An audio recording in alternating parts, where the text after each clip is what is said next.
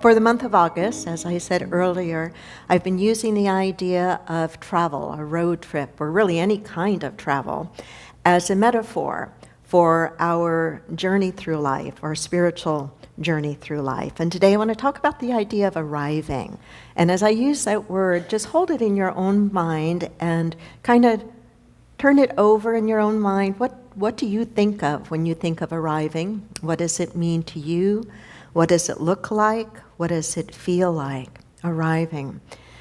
And so I want to just kind of recap the journey that we've been on since. Some of you may have missed a Sunday or two in there. They're all recorded. You can always go back to our YouTube channel and listen to any of them that you want to.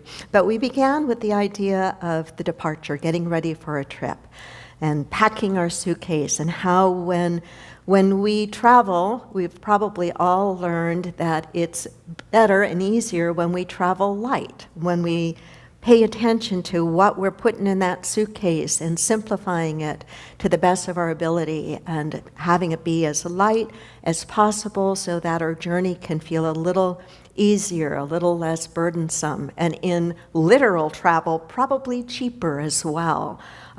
So preparing for the journey, packing our suitcase, doing that mindfully. Then we took a look at the idea of using our spiritual GPS. And that's really our intuition, our guidance. Unity emphasizes that we all have intuition. We are all plugged into the one mind, the divine mind. Some of us are plugged in much more fully and completely by choice and by practice, but that one mind is available to all of us. And through that one mind is the experience of guidance, the experience of intuition. And as we practice and pay attention to those gut feelings we have from time to time, the hunches that we have, we become much better equipped at recognizing when guidance is operative, and we become, I think, more courageous and more willing to follow that guidance. Even though we may not know exactly the end destination, the guidance helps us progress and navigate along the way. And then we took a look at detours and roadblocks and acknowledged that even in the best travel plans that we make, oftentimes there's something that happens that changes the initial plan that we made. Maybe the airlines changed the flight schedule, or maybe the flight was running late and you missed your connecting flight, or maybe you got there and your luggage didn't. That's not something you want to have happen when you're going to India. You really want to have your luggage with you. It's really very important. I suppose that's true no matter where you go. But recognizing that even when we do a really good job of planning our journey, that there are still going to be things likely that interfere, that just don't go the way that we thought they were going to go. And that's where the practice of reframing the roadblock, reframing the detour can be so very, very helpful. And it really goes to the heart of practicing an attitude. And not an attitude, but working with our attitude, right? With our mindset.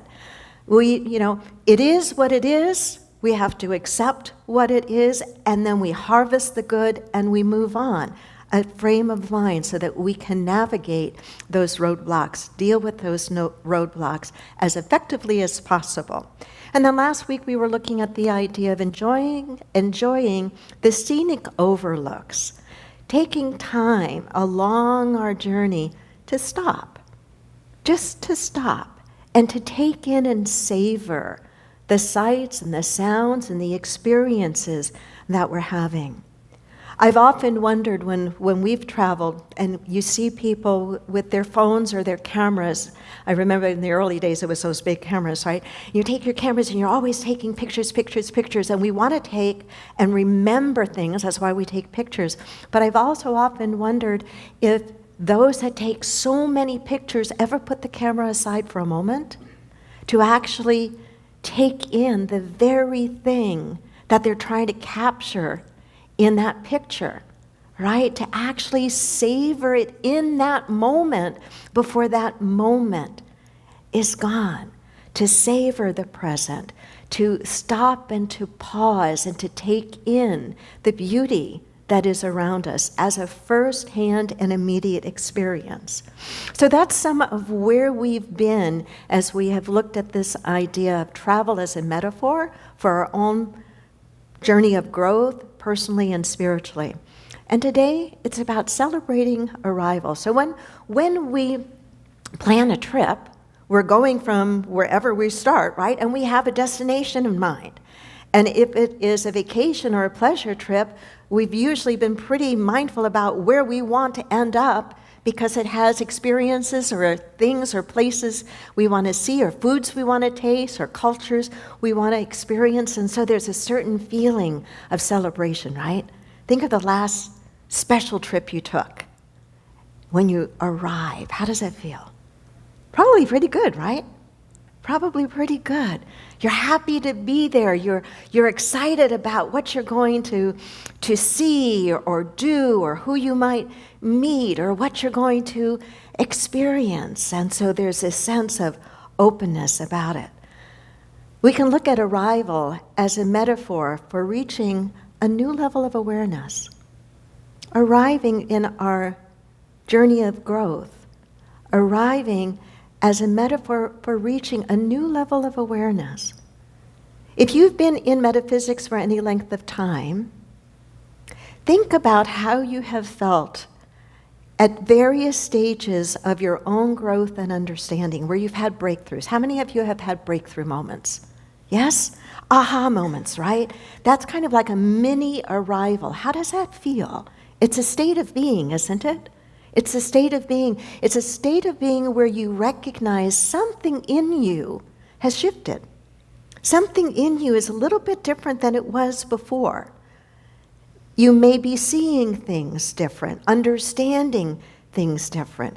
Arrival, I think, is a state of being. A state of being. It's not necessarily the final destination. It's not the end of the road. It's not a final destination. It's not the end of the road. It's a feeling of completeness in the moment. It's that moment, I think, state of being, that moment when we realize that we have grown. We are different than we were before. We are able to experience things differently before. We understand things differently than we did before. We respond to life differently than before. Nod your head if you've had that experience, right? You've had that experience. You've learned something, and you've taken that, you packed it, you took it along with you, and you arrived someplace, some new experience, and you recognize there's been a shift for you. Maybe you finally have found peace in your own skin. Maybe you have finally come through a really hard experience, and you're on the other side of it. That often can feel like what it feels like when we've been carrying a very heavy physical load and we finally set it down, right? It's like, Maybe it's the arriving is the idea of letting go of an identity that no longer serves you, an identity that is too small for who you are now.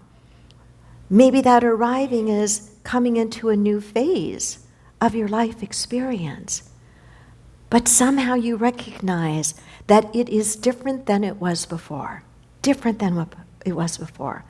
I think arriving is a time for reflection, not just celebration, but a time for reflection, a time to look back. Oftentimes when we're traveling, and rightfully so, we're looking where? Forward, in anticipation of our destination, where we want to wind up. Celebrating our arrival also includes this reflecting. Where have we been? What have we learned along the way? How far have we really come? I think about a practice that is common in many indigenous cultures that we don't really have in our culture. At one point, I was really exploring how could we do that this in unity. But what I'm talking about are rites of passage that mark when, and it's usually often a chronological or a biological kind of rite of passage that is done for young people when they have left a certain phase of life and are stepping into that next phase. And it includes a reflecting, a looking back on where they were and then a looking forward to who they are about to become, the next experience or phase of their life that they're about to enter into. And where the reflection becomes powerful is it kind of marks the importance of that threshold, that stepping over, that change. Arrival, I think, also includes honoring and recognizing the milestones. That's very much a part of rites of passage, honoring and recognizing the milestones. I think about the tremendous good that the recovery movement has done in countless numbers of people's lives. And the recovery movement, AA 12-step, is so good about helping people acknowledge the milestones. Why do you think acknowledging the milestones is important? Progress. Don't you find that when you have experienced a milestone and you pay attention to it, that you feel some momentum to go on to the next? In the 12-step movement, there are milestones. I don't know exactly what all of them are, whether the first one is like 30 days or 60 days or what, but they're marked as a way of saying, here's some success that you've experienced. Acknowledge it, hold on to it. It will help you do what? Have the power and the confidence that, hey, if I've done that, then I can do this as well. So arriving, I think, also is about acknowledging the milestones. When was the last time that you gave yourself credit for a milestone that you've reached? I don't know what your journey is. I don't know what your particular goals are. But when was the last time that you spent even 5 minutes to journal about it or write about it or to do a morning page on it that says, you know what? I want to go to here. This is my destination, but I'm going to take a few minutes right now to actually reflect and then to write down what were the milestones along the way. What were the milestones along the way? And to savor that, because that, I think, is such an incredibly enriching experience that helps us to have the energy and the momentum to continue, because sometimes we might feel discouraged. Sometimes we might feel like, oh, I'm not sure I want to keep doing this. But in the acknowledgement of those milestones, it can be powerful. Arriving is a time for savoring and sharing the experience. We take pictures when we travel, right? We do. And why do we do that? Not a trick question. Why do we think we take pictures? But to remember, right? To remember. We want to remember it in the moment. I think that really, we want to experience it in the moment, and then I think we want to try to capture that, to save it, to enjoy it, and to reflect back on it. And if you're like me, you might be a little sloppy in taking those pictures, and then you have a bazillion of them on your phone because you didn't go back to say, well, I didn't need 6 pictures of this same thing. I can probably do with the best one, right? Right? But we take those because we want to remember. We want to, when we get back, wherever back is, we want to, in an instant, be able to look and go, oh, yes, that was such an amazing experience. And then what do we also usually like to do with those photos? We want to share them. Why?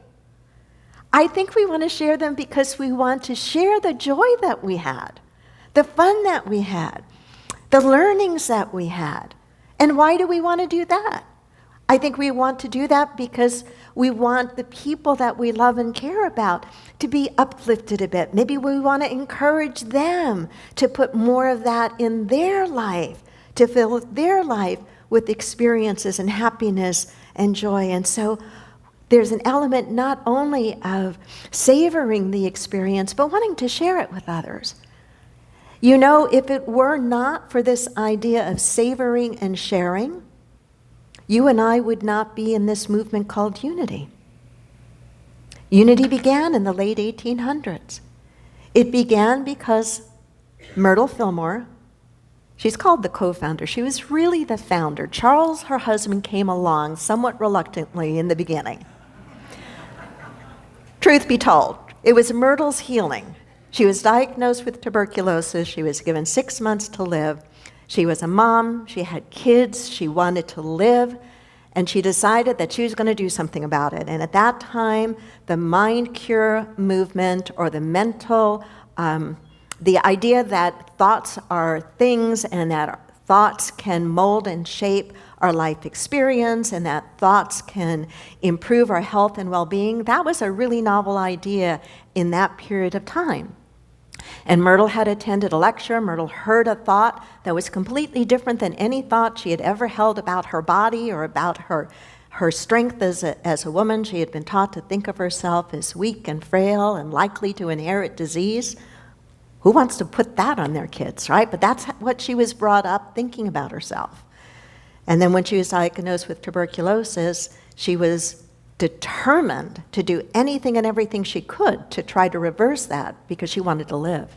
And so she started to work with her thoughts in a very deliberate and very concrete way. It's what we now call affirmative prayer. So Unity began as a prayer movement because Myrtle healed herself completely of tuberculosis over a period of 2 years, and she lived to her mid-80s. But what does that have to do with the savoring and sharing? What it has to do with the savoring and sharing is she was willing to share what it was that she did. People who knew her and knew of her prognosis wanted to know, hey, you're sticking around. What did you do? What did you take? What did you do? And it was in that sharing. So, when we're looking at our life as a road trip and we're using arriving as a metaphor and taking pictures and sharing and savoring the experience, we do it because it's an enjoyable thing to do, but I think we do it also because we want to be helpful. Do you believe that pretty much all people given a chance want to be helpful? I do. I absolutely believe inherently we are all good. And those who act out in ways that we would say is not good, that is downright harmful, hurtful, hateful, you fill in the negative that you want, there's a reason that has happened. They didn't start off that way. I don't believe any soul comes into life with the intention to hurt. I think we come into life full and perfect, blessed, whole and holy, exactly the way that we are. Expressions of the one, expressions of God. And that in the heart of all of us is not just goodness, but is the desire to share that goodness, to do what we can with what we have, what we know, where we are, to somehow make life a little bit better. In Buddhism, it's the idea of lessening suffering, the idea of wanting to make a difference. And that, I think, is at the heart of sharing. Whether it's sharing the breakthroughs we have had, the insights that we have gained, having the courage to share that maybe you have found what has changed your life in Unity and you share about that with another. You never force any of it on someone, but you share it. You talk about it openly. We would not be here. Unity would not exist were it not for Myrtle's willingness to share and say, well, this is what I did, and this is how it worked. As we think about this idea of celebrating arrival, I have just a few more thoughts I want to share with you. And one of them is how important it is to remember the temporary nature of arriving. The temporary nature of arriving. It's not a final destination. Remember that song? I think it goes something like, the bear went over the mountain, the bear went over the mountain, the bear went over the mountain, and what do you think he saw? He saw another mountain. It's the idea that we climb to whatever it is we're trying to reach. We stretch into whatever goal we're trying to achieve, and all that is well and good. And guess what? There's always something more, and that's a good thing. I think that's an incredibly good thing. So remembering the temporary nature of arriving. And when we handle the arriving well, it becomes fuel and motivation for the next destination, whatever that next destination may be. I can't take credit for this line, and I don't know where I found it, but I really like it. Arrival is a comma, not a period. Arrival is a comma, not a period. Take that in for a moment. Arrival is a comma, not a period. So wherever you and I are wanting to arrive to, that's wonderful. And let's celebrate it when we get there. But let us also realize that there's another there that we will want to get to, another way we will want to grow, another expression of ourselves that we will want to manifest. So we celebrate in it, we dance in it. So as I wrap this up, arrival is not an ending, but a new beginning. It's not a period, it's a comma. The cycle continues. There will always be that in us that is pushing outward to grow. The soul, I don't believe, is meant to just stay the way that it is. It is meant to grow. It is meant to evolve. And there is something in us pulling us or pushing us into that growth. And if we will pay attention to the kinds of things we have been exploring together, we will find that whatever the next destination is, that we are much better prepared to journey there than we were before, because we will have packed lightly, we will be paying attention to our own guidance and intuition, we will be better able to handle with a positive mindset the detours and the roadblocks along the way. We will remember to savor those moments that are beautiful and wonderful and stop and pause along the way, and then we will celebrate our temporary arrival. Namaste.